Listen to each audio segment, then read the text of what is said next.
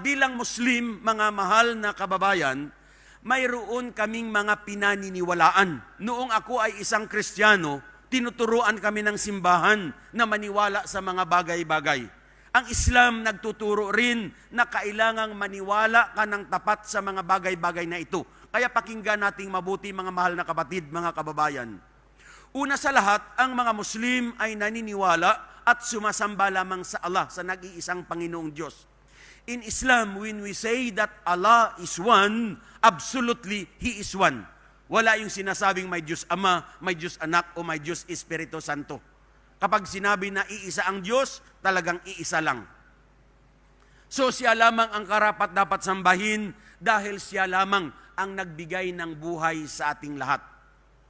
Ang pangalawa na paniniwala ng mga Muslim ay ang maniwala sa lahat ng mga anghel. Likewise, ang Christianity nagtuturo ng paniniwala sa anghel. Ang mga Muslim naniniwala rin sa anghel.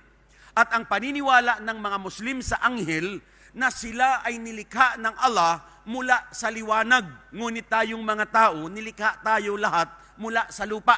Kaya't kung tayo'y mamamatay, ang ating physical na katawan na inaalagaan natin ng mabuti, mga kapatid, ito ay magbabalik lamang sa lupa o sa alikabok. At ang paniniwala pa ng mga Muslim sa anghel na tayong lahat sa ating pang-araw-araw na pamumuhay, may anghel na nagbabantay sa atin. May anghel sa kanan, siya ang nagsusulat ng ating mabubuting ginawa, at sa kaliwa, anghel na nagsusulat ng lahat ng masama nating ginawa. Ang listahan nilang ito, tinatawag na Book of Record or talaan ng gawa, at ito ang ihaharap sa ating lahat sa darating na araw ng paghuhukom. Na kung matimbang ang kabutihan na nagawa mo, mapupunta ka sa paraiso. Ngunit kung matimbang ang masama, mapupunta ka sa impyerno. At ang lahat ng ginawa ng tao, it may be good or bad, walang nakakalampas ang lahat, sinusulat ng anghel na nagbabantay sa ating lahat.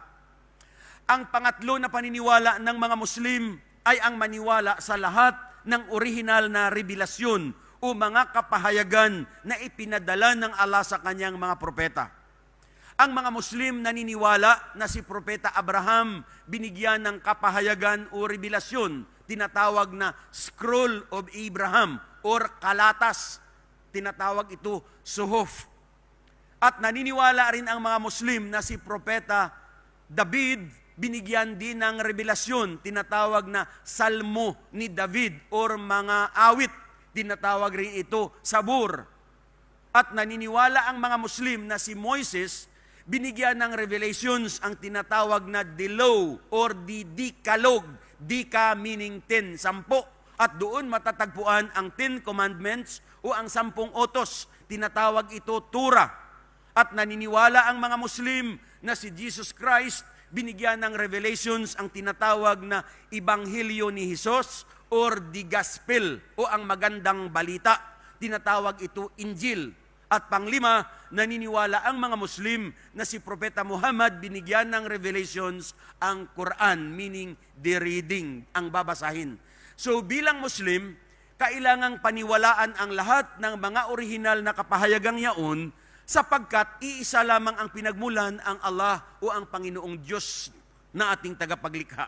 Ngunit sa lahat ng revelations o kapahayagan na ipinadala ng Allah, ang tanging natitira na lamang sa kanyang orihinal na anyo, mga kapatid, ay ang banal na Quran. Ang pang-apat na paniniwala ng mga Muslim ay ang maniwala sa lahat-lahat ng mga propeta at sugo na ipinadala ng Allah. Ang tinutukoy nating mga sugo at propeta, sila Noah, Abraham, Ismail, Isaac, Jacob, Moises, Solomon, Aaron, John the Baptist, Jesus Christ, Muhammad, at iba pa, peace be upon them. Ang paniniwala ng mga Muslim sa mga propeta, pantay-pantay at walang pagtatangi-tangi. Kailangan sundin silang lahat, mahalin at igalang, dahil ang mga propeta, mga piling tao sila. Binigyan sila ng Allah ng kapahayagan o revelasyon upang ituro nila sa sangkatauhan. Sa Islam, mga mahal na kababayan, ang mga propeta kailangang sundin, mahalin at igalang, ngunit walang sasambahin sino man sa kanila. Ang dapat sambahin lamang ay ang nag-iisang Allah, Panginoong Diyos, na siyang sinasamba at pinasasamba ng lahat ng mga propeta. Ang katotohanan, mga kapatid, mga kababayan, ang lahat ng mga propeta ay Muslim. So maaring itanong nyo, bakit natin sinabi na Muslim ang mga propeta? Dahil kung pag-aralan natin ang buhay at ang kasaysayan ng mga propeta, silang lahat noong panahon nila, tuwiran silang sumunod, sumuko at tumalima sa batas ng Allah o ng nag-iisang Panginoong Diyos. Like for example, Moses. If we have to study the life of Moses, the teachings of Moses during his time is to worship only one God. At tuwing magdasal si Moises, sa iisang Diyos lamang tumatawag at nagpapatira pa sa lupa. Likewise, si Jesus Christ nang ipadala ng Diyos, hindi nagsabi si Jesus sa mga tao na siya ang gawing Diyos at siya ang sasambahin, kundi ang turo ni Kristo ang sumamba lamang sa nag-iisang Diyos, at kung siya'y magdasal, nagpapatira pa din sa lupa. At ang huling propetang si Muhammad, ang kanyang turo, ang sumamba lamang sa iisang Diyos, at kung siya'y magdasal, nagpapatira pa din sa lupa.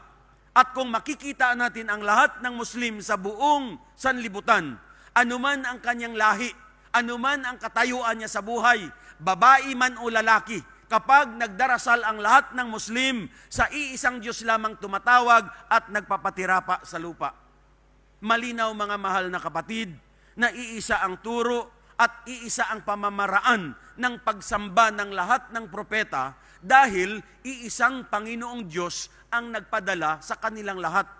Ngunit kung maraming relihiyon ang nakikita natin sa kasalukuyan, lalong-lalo sa atin sa Pilipinas, mga kababayan, maaaring hindi maganda pakinggan, pero ito ang katotohanan. Ang unang dahilan kung bakit mabilis ang pag-sprout o ang paglitaw, pagdami ng iba't ibang sikta ng relihiyon, dahil ang totoo, ginagawa ng ibang negosyo o hanap buhay ang relihiyon na hindi natin ito makikita sa Islam kailanman. So bilang Muslim, kailangang sundin, mahalin at igalang ang mga propeta sapagkat sila ang ating daan, sila ang ating ilaw, at sila ang katotohanan patungo sa kaligtasan. Ibig sabihin, kung ang mga propeta ang ating tularan at pamarisan, makaaasa tayo na ang ating pagsamba tatanggapin ng Diyos at makakamta natin ang salvation sa darating na day of judgment o araw ng paghuhukom. Ang panglima na paniniwala ng mga Muslim, mga kapatid, ay ang maniwala sa araw ng paghuhukom. Likewise, lahat ng sikta at denominasyon ng Christianity nagtuturo at naniniwala rin sa araw ng paghuhukom. We Muslims likewise believe. Mahalagang mahalaga, mga mahal na kapatid, na paniwalaan natin ang araw ng paghuhukom dahil una sa lahat, tayong lahat naman ay mamamatay. Kailangan pang maniwala dahil kung hindi tayo naniniwala na may araw ng paghuhukom, ang buhay natin sa mundong ito walang silbi o saysay. Bakit? Dahil kung makikita natin, marami sa tao ang gumagawa ng mabuti, ngunit hindi nabibigyan ng tamang gantimpala. At marami ang gumagawa ng masama na hindi naparurusahan. Araw-araw kung ikaw ay manonood ng TV Patrol, 24 oras, magbasa ka ng newspaper, makinig ka ng balita sa radyo. Araw-araw maraming balita ang nasasagap natin na marami ang pumapatay, marami ang nagnanakaw, marami ang nangre-rape, marami ang nanghuhold up, marami ang nanghuhostage, marami ang nangingidnap. Ang mga nagkasala, maaaring nahuhuli sila at naididimanda. Ngunit pagdating sa hukuman, ang batas na ipinaiiral ng lupa, na kung ang isang pumatay o ang isang nang-rape ay mayaman at ma-influensya, na dapat hatulan ng habang buhay na pagkakulong or lethal injection.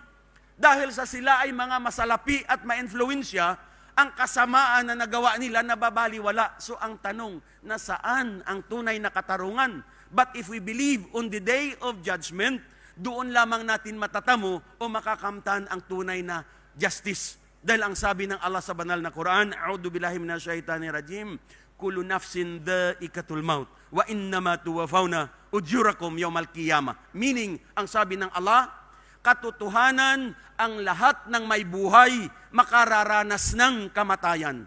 At sa araw ng paghuhukom lamang makakamtan ang tunay na katarungan mula sa Allah, ang nag-iisang Panginoon.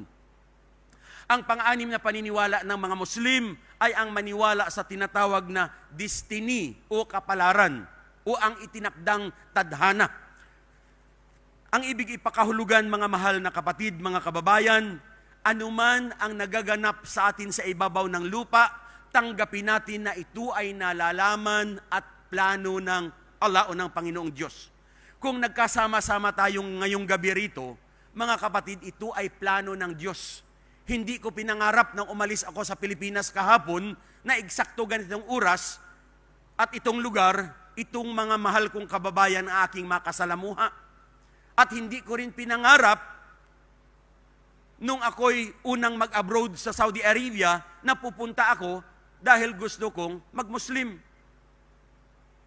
Kundi ang pangarap ko, ang mapaunlad ko ang buhay ko, mabigyan ko ng magandang kinabukasan na aking mga mahal sa buhay. Pero dahil nakarating sa akin ang Islam, lubos ako na nagpapasalamat sa Panginoong Diyos. Dahil kung isa tayo, mga kapatid, sa binigyan ng Diyos ng chance na marinig, malaman ang katotohanan, lubos tayong magpasalamat sa Kanya.